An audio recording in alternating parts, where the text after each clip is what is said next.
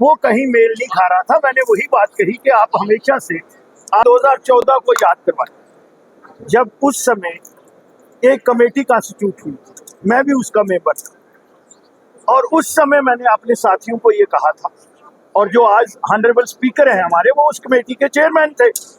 तो मैंने ये कहा कि इन लोगों को रेगुलाइज कर दो, 53 से 60 नहीं करो, लेकिन इन लोगों को रेगुलाइज कर दो, क्योंकि ये ह्यूमन इशू जो आज ये यहाँ हाउस पे कहीं ना कहीं उनकी सिंपैथी लेने के लिए ये बात कर रहे हैं। लेकिन उस समय नेशनल कॉन्फ्रेंस और फाइनेंस मिनिस्टर ये सब लोग नहीं माने। कारण ये था कि उसमें 16,071 जो थे वो जम्मू के थे और 7,500 जो थे कश्मीर में थे। और कारण ये था कि वहां उन्होंने 11,000 पहले ही रेगुलाइज कर लिए थे। 11,000 उन्होंने उस समय, और एक 2 कॉन्स्टिट्यूएंसी में उस समय के पीएचई मिनिस्टर और फाइनेंस मिनिस्टर ने अपनी 2 कॉन्स्टिट्यूएंसी में 1600 आदमी रेगुलाइज कर लिया। रूल ऑफ लॉ की सेंस को कहीं पर वेल नहीं किया, पिक एंड चूज किया। तो I put my foot down, और इन्होंने उस समय मुझे 10,000 की एक लिस्ट दी। वो लिस्ट आज भी मेरे पास है, हैंड रिटन, मेरे सहयोगी ने दी कि आप इतने और ऐड कर लो क्योंकि कश्मीर में कम है। मैंने कहा 11,000 आगे हैं, आपने रेगुलाइज कर लिए, जम्मू का कोई नहीं किया, और 7,000 18 हो जाते हैं। यहाँ तो 1671 है और जम्मू का एरिया भी ज्यादा है, हिली टेरन है, और यहाँ बाई स्टेजेस पानी देना पड़ता है, वहाँ बाई ग्रेविटी पानी आता है।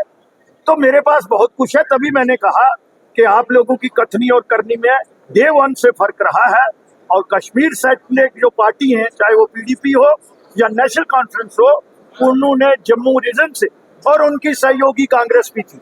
मैं अगर कांग्रेस से बाहर आया तो यही था कि वो जम्मू के साथ डिस्पैरिटी करते थे और हम लोगों को कहते थे कि आप 2.5 डिस्ट्रिक्ट है। तो वो तो मेरे पास रिकॉर्ड आज भी पड़ा हुआ है, और on the floor of the house ये एडमिट हुआ है कि 23,711 जो है, 23,011 जो है वो लोग इस डिपार्टमेंट में काम करते हैं। तो मुझे लगता है कि कहीं ना कहीं ये बड़ा संवेदनशील है, और इमरजेंसी सर्विसेज को और पानी के बिना कोई नहीं रह सकता। उन लोगों को रेगुलाइज करना जो है, और उनका हक बनता है। SRO 64, फिर SRO 520 आया, पर ये सरकार तो कुछ बोली नहीं, और ये कह के आए, वादा करके आए कि हम पहली कैबिनेट मीटिंग में उन लोगों को रेगुलाइज करेंगे, और जो 32,000-33,000 आसामी पड़ी हुई है वेकेंट, उनको हम 180 दिन में और एक पॉलिसी फ्रेम करेंगे। ना वो आज पॉलिसी नजर आती है, और ये इश्यू को डिबेट करने के लिए कभी स्टेट पे चले जाते हैं, कभी महाराजा को डिस्कस करते हैं, और महाराजा के साथ इन लोगों ने क्या किया हुआ है वो भी हमें पता है। उनको इन्होंने जिला वतन किसने करवाया था, यही लोग थे, आज उसको ग्लोरीफाई करते हैं। तो मुझे लगता है कि कहीं ना कहीं इतिहास को ये बदल नहीं सकते, उसको इनको फेस करना ही पड़ेगा। रामलाल जी, इनका ये कहना है, ये मैं आपका रिकॉर्ड स्टेट करना चाहता हूँ, कोई भी एक मंत्री रेगुलाइज नहीं कर सकता। मैंने वो केस कंटेस्ट किया है, और इन्हीं लोगों ने उस समय रोड़ा अड़काया था, क्योंकि फाइनेंस एंड प्लानिंग और चीफ मिनिस्टर और कैबिनेट की नाट होती है। श्यामलाल नहीं अकेला कर सकता था। मैं 2005 से इनकी फाइट जो है वो कर रहा हूँ, और लास्ट दम तक उन लोगों के लिए लड़ता रहूं। नेशनल कॉन्फ्रेंस ने हाउस को मिसलीड करने का कोशिश किया है, और पहला मिसलीडिंग स्टेटमेंट मुख्यमंत्री ने और दूसरा उप मुख्यमंत्री ने दिया। ये तकरीबन वही लोग हैं जिनको हमने तो कोई लगाया नहीं।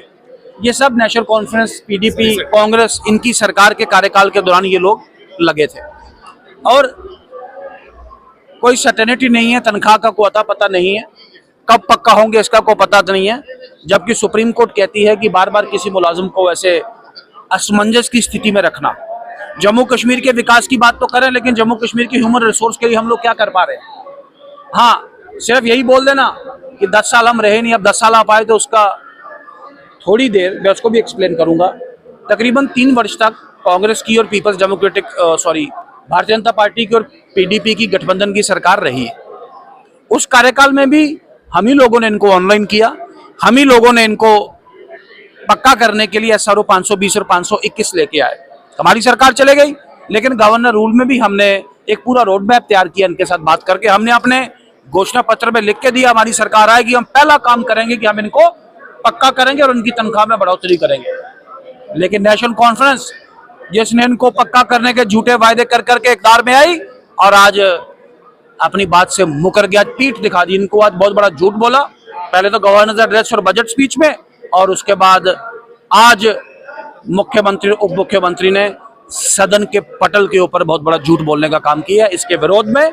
और इसे अपने daily Vaser, contractual, NHM, MNREGA सभी मुलाजमीन के साथ है, रहबरे जंगलात, रहबरे खेल, एनवाईसी, इन सब के साथ सॉलिडरिटी दिखाते हुए, इन सब के साथ समर्थन दिखाते हुए भारतीय जनता पार्टी ने वॉकआउट किया है। तब तक नहीं रुकेंगे जब तक इनके साथ इंसाफ नहीं हो जाए। मुख्यमंत्री ने प्रेस वार्ता की थी और उन्होंने कहा था कि आंकड़े कितने हैं वो भी उनके पास नहीं है। देखिए, मैंने कहा ये सरकार की एक लेवल ऑफ इग्नोरेंस और सरकार की एक इंडिफरेंस है। आपने अच्छा सवाल पुट किया। श्यामलाल शर्मा जी ने काउंटर किया कि जब कांग्रेस एनसी की सरकार थी, श्यामलाल जी मंत्री थे, कैबिनेट सब कमेटी का गठन हुआ, पूरा डिसीजन हुआ, लेकिन नेशनल कॉन्फ्रेंस की तरफ से एक लिथार्जी, सुस्ती दिखाई गई, जिस वजह से पकड़ी हुई। श्यामलाल जी ने इस्तीफा भी दिया था एज मिनिस्टर। उन्होंने कांग्रेस एनसी सरकार से इस्तीफा देके बाहर निकले जब उनकी बात नहीं सुनी पाई थी।